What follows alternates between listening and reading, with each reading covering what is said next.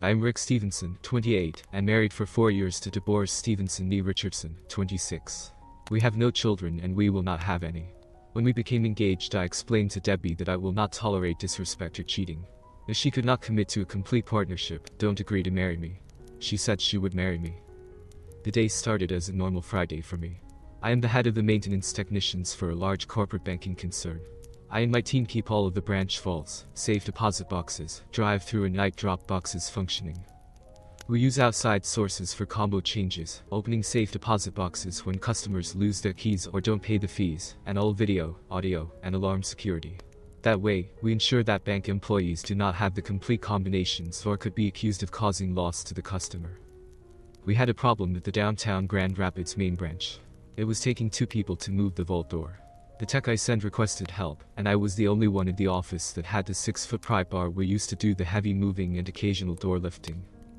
I arrived and Dave, my tech, showed me where a shim had worn so badly that it fell off the door pivot pin, and that was allowing the door to drag on the floor. We did not have any more shim stock, but there was a Harbor Freight about 15 minutes away. I went there because I knew what I was looking for, and that it was part of their normal stock. I got the materials and went through a nearby McDonald's for some of their French fries. I love them. As I was pulling past the pay window, I saw Debbie's sister, Denise, walk out of the building holding hands with a guy who was definitely not her husband. They looked completely immersed in each other, and kissed when they got to their cars. I filed that image in the back of my mind and drove back to the bank. I pried the door up, and Dave pushed a couple of door shims into the hinge pin. That fixed the problem. I didn't mention the incident at McDonald's to Debbie. She had become a screaming witch, causing some major disagreements recently, and of course, it was always my fault. That night, she seemed to be trying to be nice to me. She surprisingly told me that she and her sister had spent the entire day shopping. Then she said that they had a great lunch at a restaurant that was at least 30 miles away from where I saw Denise. The lie set off alarm bells. Was Debbie conspiring with her sister to cheat on Denise's husband? I wondered what other conspiracies the two of them were involved in. She must have noticed something because she didn't say another word until bedtime. That night, as we were getting ready for bed, my suspicions got more alarming. Debbie insisted on getting undressed in the bathroom and taking a shower before coming to bed. Even when we had a major argument, she had always liked to tease me with her striptease, and she was a morning shower person. I was determined to find out what in the hell was going on. When Deb came out of the shower, she was in a granny nightgown that was radically unlike the normal panties, only that she slept in. Now my alarm bells were clanging like there was a fire in the kitchen. I decided to see if I could get a hint of what was going on. Deb, why did you lie to me about today? Why have you suddenly changed your bedtime habits? Where did you get that absolutely disgusting gown from, and why are you wearing it? Is there something you are hiding from me that you don't want me to see? As I asked each question, she flinched and my voice volume went up a couple of decibels. She looked at me with some sorrow, and then I saw anger start to come to the set of her jaw, and then she screamed, "I will not answer those accusations, you jealous asshole. Go sleep on the couch, you are not welcome in this bed anymore." Well, that didn't answer any of my questions, except that she was guilty of something. I got out of bed, got dressed and grabbed a couple of suitcases out of the closet, and started packing my clothes. Deb saw what I was doing and said sadly, "Stop. I'm sorry for screaming, please stop doing that and come to bed." I turned and looked at her and said, "You take off the ugly granny gown and tell me the truth about where you were all day, and I may come back to bed." I saw Denise making lovers moves on 28th Street today, and it wasn't with her husband Jerry. If you don't tell me the truth, I will continue packing and will also let Jerry know what I saw. What's it going to be? She just pulled the covers up to her neck and said nothing. I continued packing. When I was finished, I took the suitcases down to the garage and put them in my car. I went back in and cleaned out the bathroom of the toiletries that I would need. I decided to try one last time to see what the hell was going on. I went back to the bedroom, and she had closed the door. There wasn't a lock on it, but when I tried to go in, the door would only move about a quarter of an inch. She must have put the chair from her dressing table under the handle. I decided that it wasn't worth the fight right then to break the door down. I went toward the door. As I passed the entrance to the kitchen, I decided to do what I normally do when I am totally pissed off. I wrote down what I was feeling. Debora, I do not understand what you are doing. I have been told by you for years that you love me. What you have done today is not love. I am beginning to think you might have only told me the truth twice in our life together. First when you said you would marry me, and the last time when you said I do. Love is not lies. Love is not deception. Love is definitely not what you are showing me. Because of that, I will accede to your wish. I will not sleep next to you. I will not even sleep in the same house, the same neighborhood, and if I didn't have a job in the city I wouldn't sleep in the same city. I will return to my marriage bed when I get some truth from you. Where in the duck were you today, and why did you lie to me? In spite of my anger and hurt, I love you. With that being said, I am leaving to go to a hotel. I will not be back until I get answers to the questions in this note. No answers, no return. You have shown me nothing but contempt for several weeks. Not everything is my fault in spite of what you have said. My attitude was fine until you trashed it. What I saw and heard today makes me think you are not being faithful, and you and Denise are covering for each other. I will be informing Jerry of what I saw today. I only wish I had taken pictures because I believe you will tell your sister that I saw them, and between the two of you, there will be a plausible lie that you two concoct. Richard Stevenson. No answers, no husband. I knew that she would see the note, because I put it in the cupboard in front of the coffee can. Debby cannot function mornings before 2 cups of coffee. After I got to the hotel and settled in, I called my boss, Fred, and told him where I was, and that he could only get in touch with me by email or my cell phone. I told him I would need a couple of hours each day for the next few days to take care of some major personal problems. He said to take the time as needed, as he would want me totally focused and alert.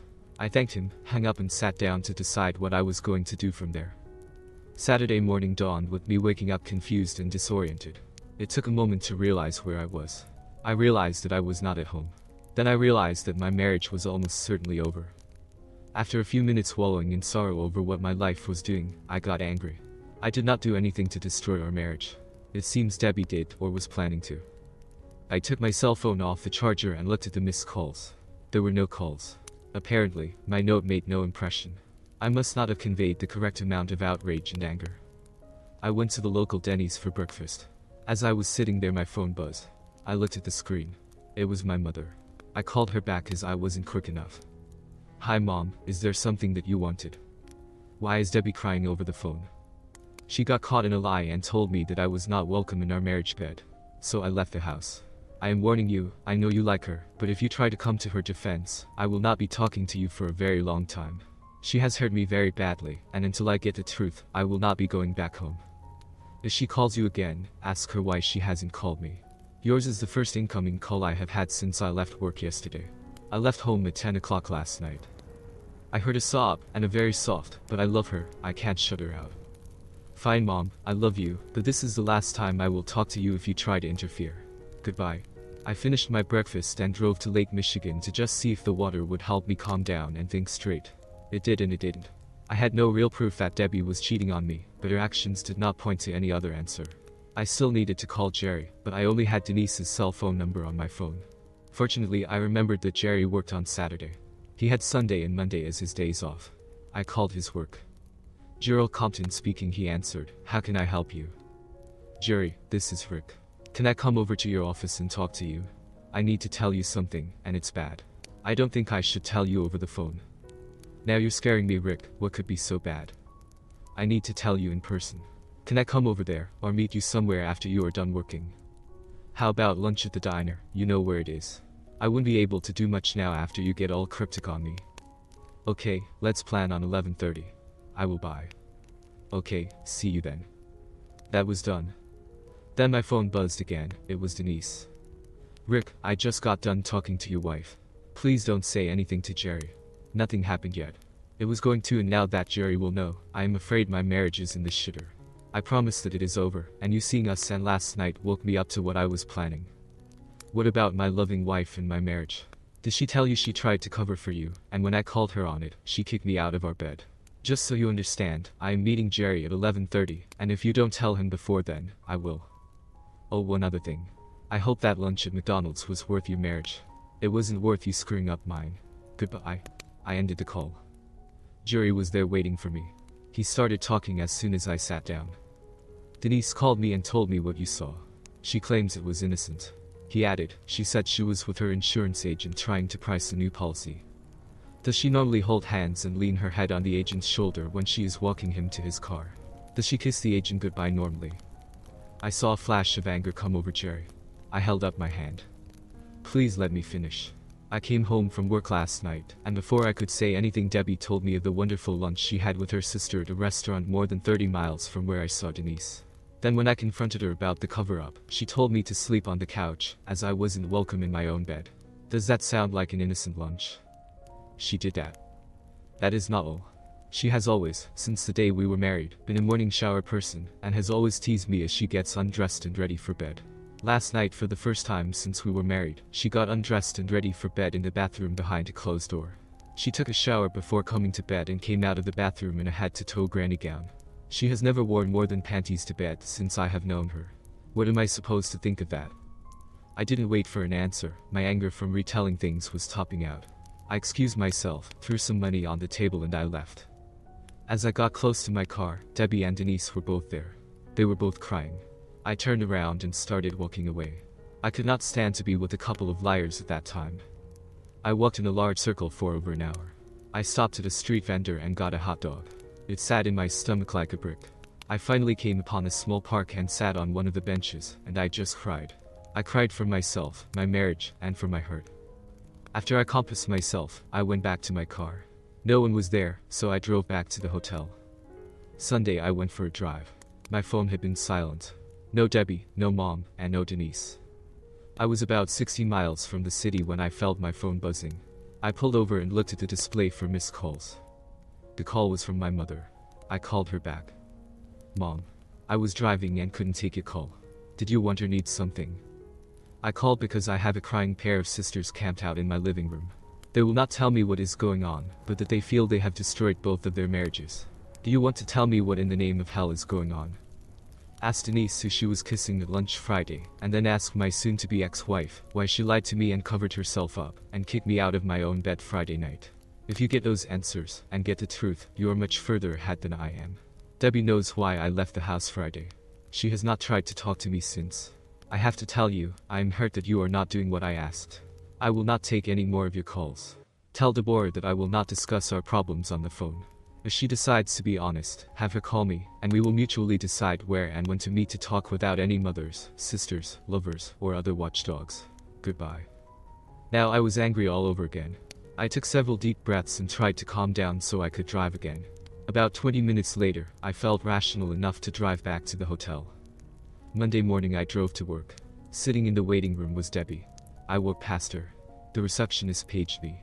I ignored it until I got to my office. I called the front desk and told the receptionist to relay a message to my wife.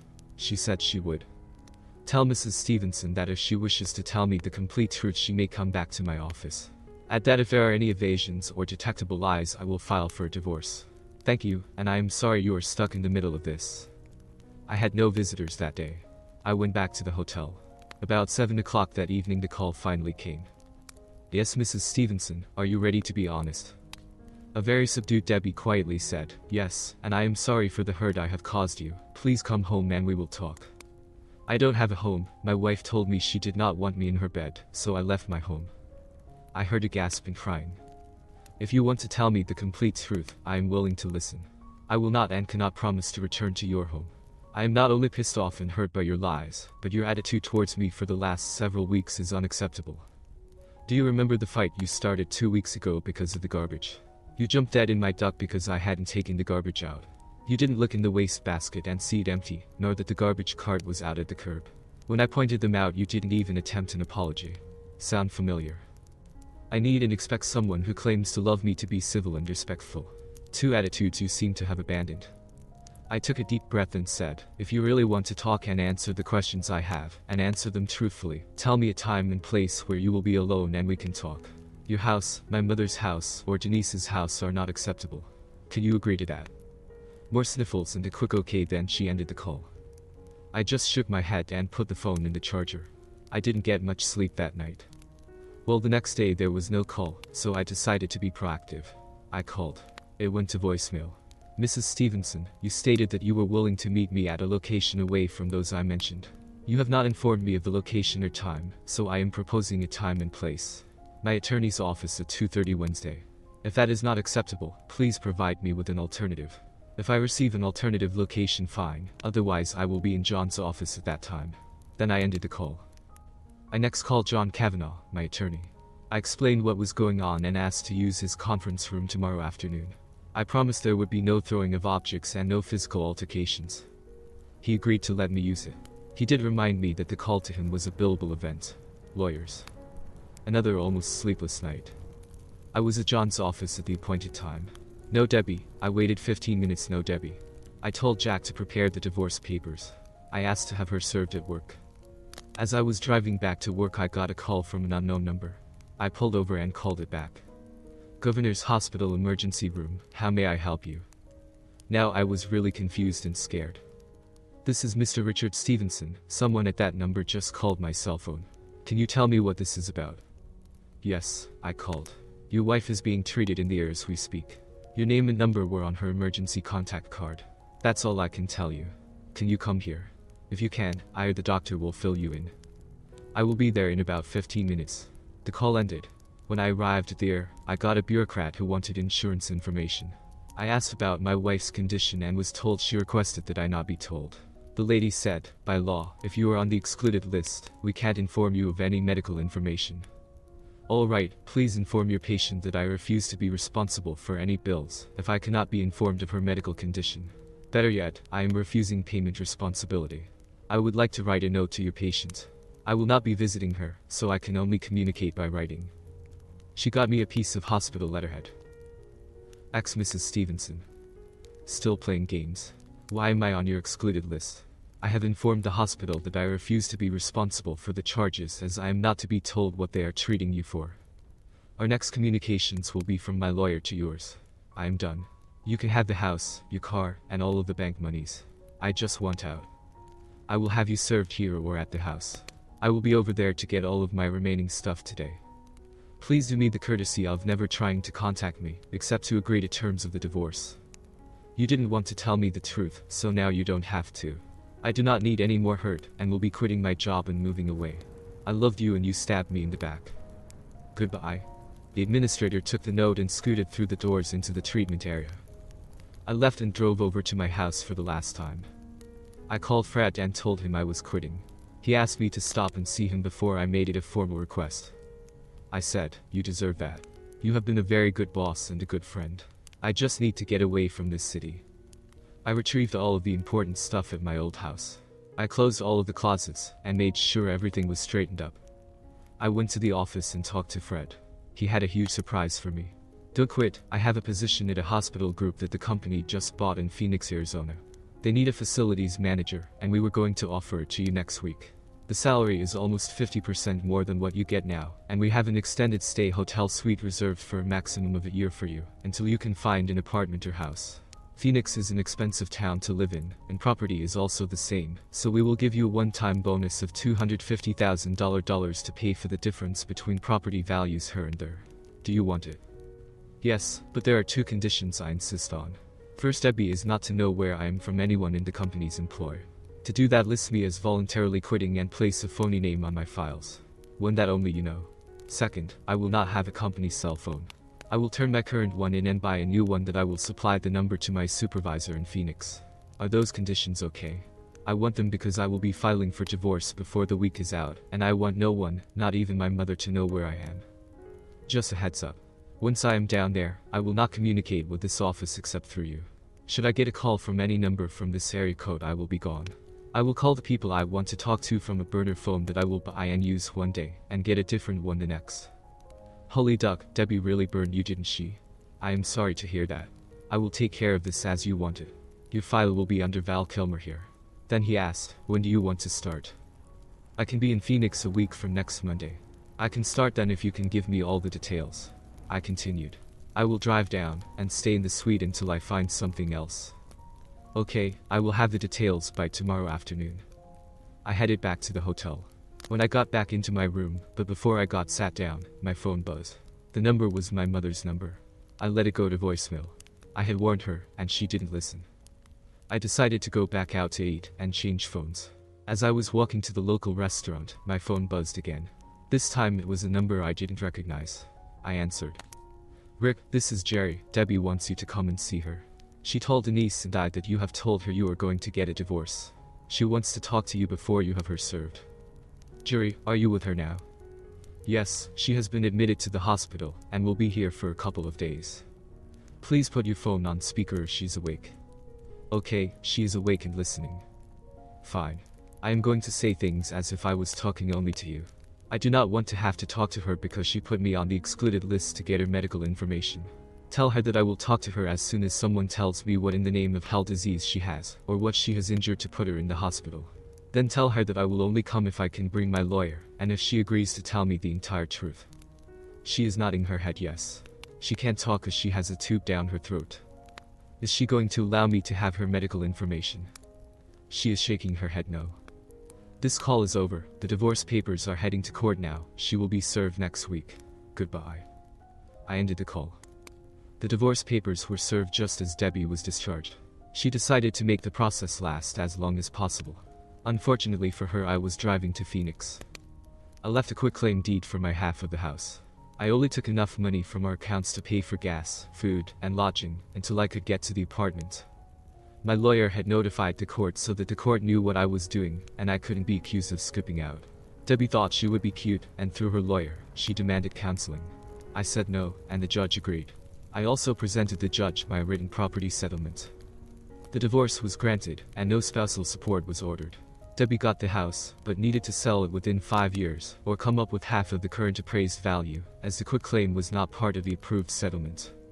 Debby must have found a sugar daddy, because I received a certified check for more than $200,000 as my half of the equity. She has never tried to contact me. Now 5 years later, I was finally told what she was in the hospital for.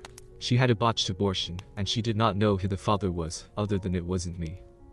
The earth continues to turn, and the sun continues to rise.